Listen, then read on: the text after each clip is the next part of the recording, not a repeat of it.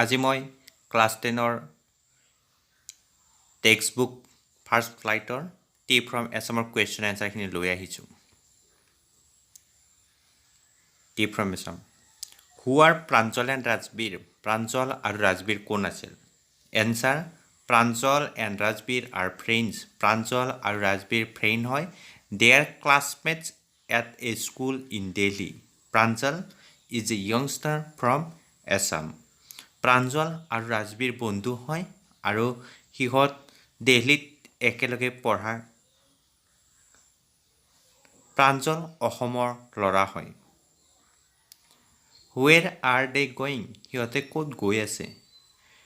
Pranjal invited Rajbir to visit his home during summer vacation. So' Pranjal and Rajbir are coming to Assam from Delhi. প্ৰাঞ্জলে ৰাজবীৰক invite কৰিছিল summer ভেকেশ্যনত আহিবলৈ। সেইবাবে প্ৰাঞ্জল আৰু ৰাজবীৰে অসমলৈ আহি আছে দিল্লীৰ পৰা ছামাৰ ভেকেশ্যন কটাবলৈ। ইয়াত টু স্পেণ্ড ছামাৰ ভেকেশ্যন লিখিব পৰা। Third, what is the hot liquid? Hot liquid বুলি কাক বুজাইছে? Answer, the hot liquid is tea. Hot liquid কি হ'ল? হট লিকুইড হ'ল চাহ। How many cups of tea are drunk every day through the world? এই পৃথিৱীত কিমান কাপ চাহ এদিনত খোৱা হয়? According to Rajbir, over 80 crores cup of tea are drunk every day throughout the world. ৰাজবীৰৰ মতে over 80 crores মানে 80 কৰোৰতকৈও বেছি কাপ চাহ এদিনত খোৱা হয়। What did Pranjal and Rajbir do when the train pulled out of the station? যেতিয়া ট্ৰেইনখন ষ্টেচনৰ পৰা এৰিছিল প্ৰাঞ্জল আৰু ৰাজবীৰে কি কৰিছিল? Answer, when the train pulled out of the station, Pranjal started reading his detective book again. যেতিয়া ট্ৰেইনখন ষ্টেচনৰ পৰা এৰিছিল প্ৰাঞ্জলে আকৌ তাৰ ডিটেক্টিভ ষ্টৰিজৰ কিতাপ পঢ়িবলৈ লৈছিল। Rajbir also' like detective stories. ৰাজবীৰে ডিটেক্টিভ ষ্টৰিজ ভাল পাইছিল ভেৰি মাছ বহুত। বাট নাও কিন্তু এতিয়া he was keener on looking at the beautiful scenery. কিন্তু তেওঁ এতিয়া বাহিৰৰ দৃশ্য উপভোগ কৰাত ব্যস্ত। Why had Rajbir been reading a lot about tea? ৰাজবীৰে কিয় চাহৰ বিষয়ে যথেষ্ট পঢ়িছে? Answer, Rajbir had been reading a lot about tea as he was to visit Assam. ৰাজবীৰে যথেষ্ট সংখ্যক পঢ়িছে কাৰণ তেওঁ ক'ত আহিব? তেওঁ অসমলৈ আহিব। Next, what magnificent view did Rajbir see from the train? ৰাজবীৰে ট্ৰেইনৰ পৰা কি দৃশ্য দেখিছিল? অৰ কুৱেশ্যনটো এনেকৈ আহিব পাৰে, describe the magnificent view as seen by Rajbir as the train pulling out of the station. ষ্টেচনৰ পৰা এৰাৰ পিছত ৰাজবীৰে কি দৃশ্য উপভোগ কৰিছিল?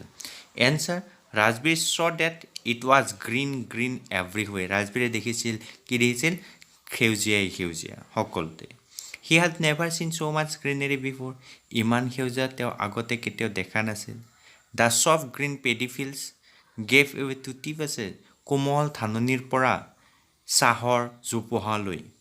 It was a magnificent view, এটা ধুনীয়া দৃশ্য। দেন তাৰপিছত against the backdrop of densely wooded hills a sea of tea bushes stretches as far as I could C.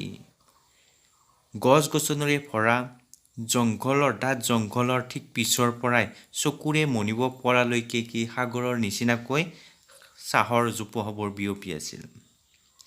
Over the টিনিটি planes দিয়াৰ ৱে টল ষ্টাৰ্ডি ছেড ট্ৰিজ। আৰু সেই চাপৰ চাপৰ চাহৰ গছবোৰৰ ওপৰত শকত শকত ডাঙৰ ডাঙৰ ওখ ওখ চাহ দিয়া গছ আছিল। The tall shade trees were busily move doll like figures amidst the orderly rows of bushes. আৰু এই চাহ দিয়া ডাঙৰ ডাঙৰ গছবিলাক ব্যস্ততাৰে কি কৰিছিল? ঘূৰিছিল দ'ল লাইক ফিগাৰৰ নিচিনাকৈ। In the distance there was an ugly building with smoke coming out of tall chimney. আৰু দূৰত এটা ভাল নেদেখা বিল্ডিঙৰ এটা চিমনিৰ পৰা ধোঁৱা ওলাই আছিল। এই দৃশ্য উপভোগ কৰিছিল ৰাজবীৰে যেতিয়া ট্ৰেইনেৰে অসমলৈ আহি আছিল। হাউ মেনি লিজেণ্ডছ আৰ দিয়াৰ ৰিলেটেড টু টি? চাহৰ লগত ৰিলেটেড থকা সম্পৰ্কিত কিমানটা লিজেণ্ড আছে, কিমানটা কাহিনী আছে? তোমালোকৰ এইটো অপশ্যনেল আহিব।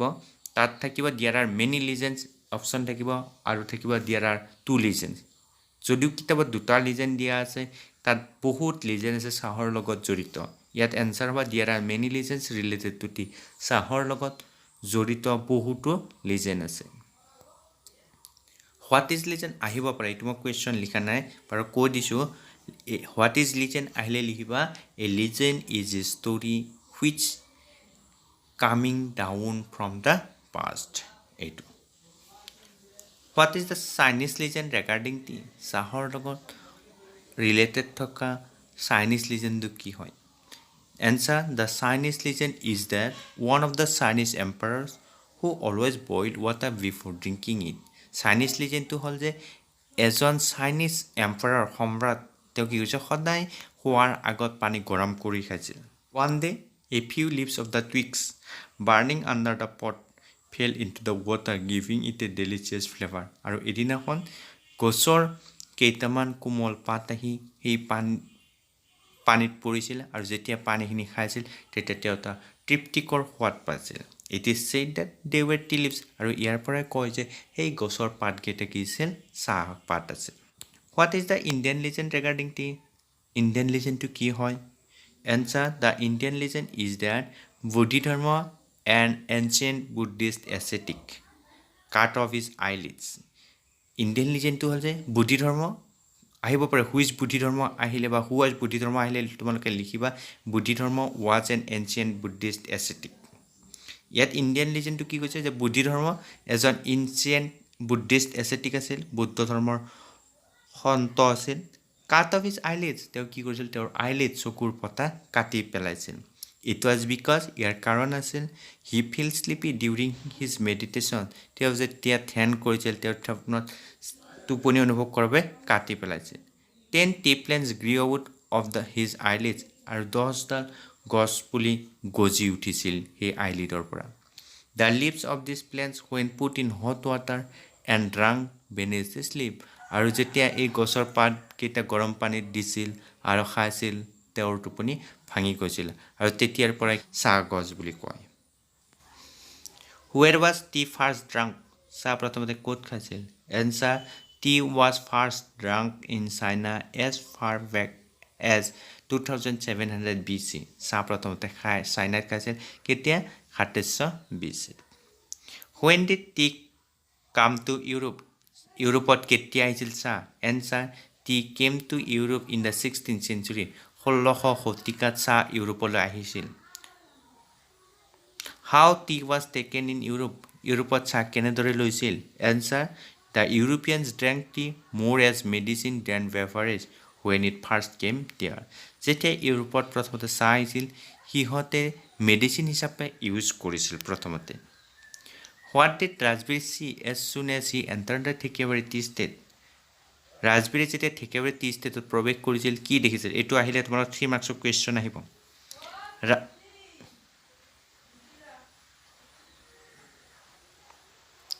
Rajbir saw on both sides of gravel road acre upon acre of tea বাছেছ ৰাজবীৰে ৰাস্তাৰ দুয়োপাৰে বিঘাই চাহৰ গছ দেখিছিল they were all neatly pruned to the same height আৰু সেই সকলোবোৰ সমান উচ্চতাৰে বাঢ়িছিল groups of tea pluckers had bamboo baskets on their backs আৰু চাহপাত চিঙা যি দল আছিল সিহঁতৰ পিছফালে বাস্কেটছ আছিল ৱেৰিং প্লাষ্টিক এপ্ৰন মূৰত এখন প্লাষ্টিকৰ এপ্ৰন পিন্ধি they were plucking the newly sprouted নতুনকৈ পোখা মেলা অৰ্থাৎ কোমল কোমল পাতবিলাক ছিঙি আছিল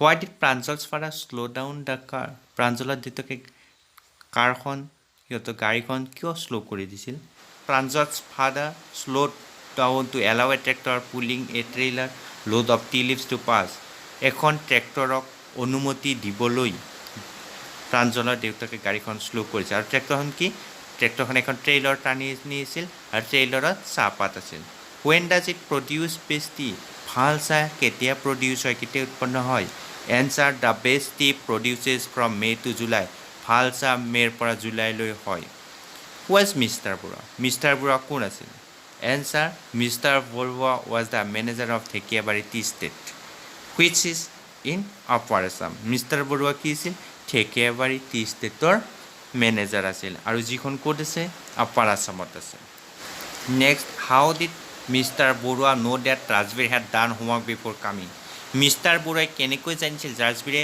অহাৰ আগতে হোমৱৰ্ক কৰিছে বুলি Answer. Mr. Bura admitted that Rajbir had done homework before coming.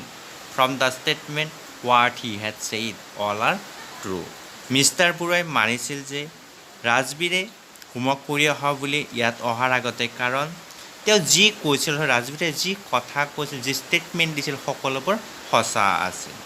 ইয়াত আৰটো ৱেৰ লিখিবা। এইটো লেচনৰ কুৱেশ্যন এনচাৰ এইখিনি তোমালোকে ধুনীয়াকৈ লাৰ্ণ কৰিবা, আৰু যদি কিবা এনচাৰ বিচাৰি পোৱা নাই মোক কমেণ্ট কৰিবা, কুৱেশ্যন চেণ্ড কৰিবা।